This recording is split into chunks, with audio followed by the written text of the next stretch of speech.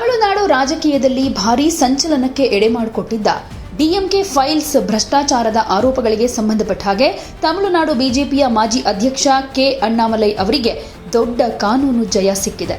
ಅಣ್ಣಾಮಲೈ ವಿರುದ್ಧ ಡಿಎಂಕೆ ಹಿರಿಯ ನಾಯಕ ಹಾಗೆ ಸಂಸದ ಟಿಆರ್ ಬಾಲು 100 ಕೋಟಿ ರೂಪಾಯಿಗಳ ಮಾನನಷ್ಟ ಮೊಕದ್ದಮೆ ಪ್ರಕರಣವನ್ನ ಹೂಡಿದ್ರು.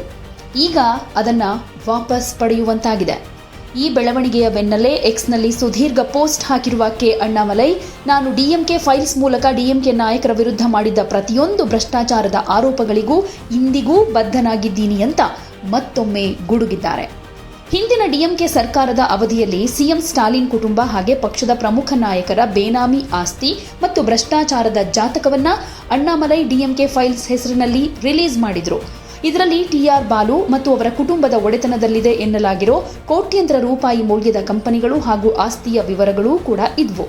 ಇದನ್ನ ವಿರೋಧಿಸಿ ಟಿಆರ್ ಬಾಲು ಅವರು ಕೋರ್ಟ್ನಲ್ಲಿ 100 ಕೋಟಿ ರೂಪಾಯಿ ಪರಿಹಾರ ಕೋರಿ ಅಣ್ಣಾಮಲೈ ಅವರ ವಿರುದ್ಧ ಮಾನನಷ್ಟ ಮೊಕದ್ದಮೆಯನ್ನ ಹಾಕಿದ್ರು. ಈ ಪ್ರಕರಣದ ವಿಚಾರಣೆ ಒಂದು ಹಂತಕ್ಕೆ ತಲುಪಿದ ಮೇಲೆ ನಾನೇ ಸ್ವತಃ ವಕೀಲನಾಗಿ ಕೋರ್ಟ್ನಲ್ಲಿ ವಾದ ಮಂಡಿಸಿದೆ. ಟಿಆರ್ ಬಾಲು ಅವರನ್ನ ನಾನೇ ಖುದ್ದಾಗಿ ಕ್ರಾಸ್ ಎಕ್ಸಾಮಿನೇಷನ್ ಮಾಡಿದ್ದೆ. ಈ ಕಲಾಪದ ಸಂಪೂರ್ಣ ವಿವರಗಳು ಈಗಾಗಲೇ ಸಾರ್ವಜನಿಕ ವಲಯದಲ್ಲಿದೆ ಅಂತ ಅಣ್ಣಾಮಲೈ ಅದನ್ನು ನೆನಪಿಸಿಕೊಂಡಿದ್ದಾರೆ. ವಿಚಾರಣೆಯ ಸಂದರ್ಭದಲ್ಲಿ ಟಿಆರ್ ಬಾಲು ಅವರು ತಮ್ಮ ವಿರುದ್ಧ ಯಾವುದೇ ಆಧಾರ ಇಲ್ಲದೆ ಕೋರ್ಟ್ನಲ್ಲಿ ನಿಂದನಾತ್ಮಕ ಹೇಳಿಕೆ ಕೊಟ್ಟಿದ್ರು. ಹೀಗಾಗಿ ತಾವು ಬಾಲು ವಿರುದ್ಧ ಪ್ರತ್ಯೇಕವಾಗಿ ಮತ್ತೊಂದು ಪ್ರಕರಣ ದಾಖಲಿಸಿದ್ದಾಗಿ ಅಣ್ಣಾಮಲೈ ತಿಳಿಸಿದ್ದಾರೆ. ಈಗ ಟಿಆರ್ ಬಾಲು ಅವರು ತಮ್ಮ ಸ್ವಂತ ಇಚ್ಛೆಯಿಂದ ಈ 100 ಕೋಟಿ ರೂಪಾಯಿ ಮಾನನಷ್ಟ ಮೊಕದ್ದಮೆಯನ್ನ ವಾಪಸ್ ಪಡೆದಿದ್ದಾರೆ.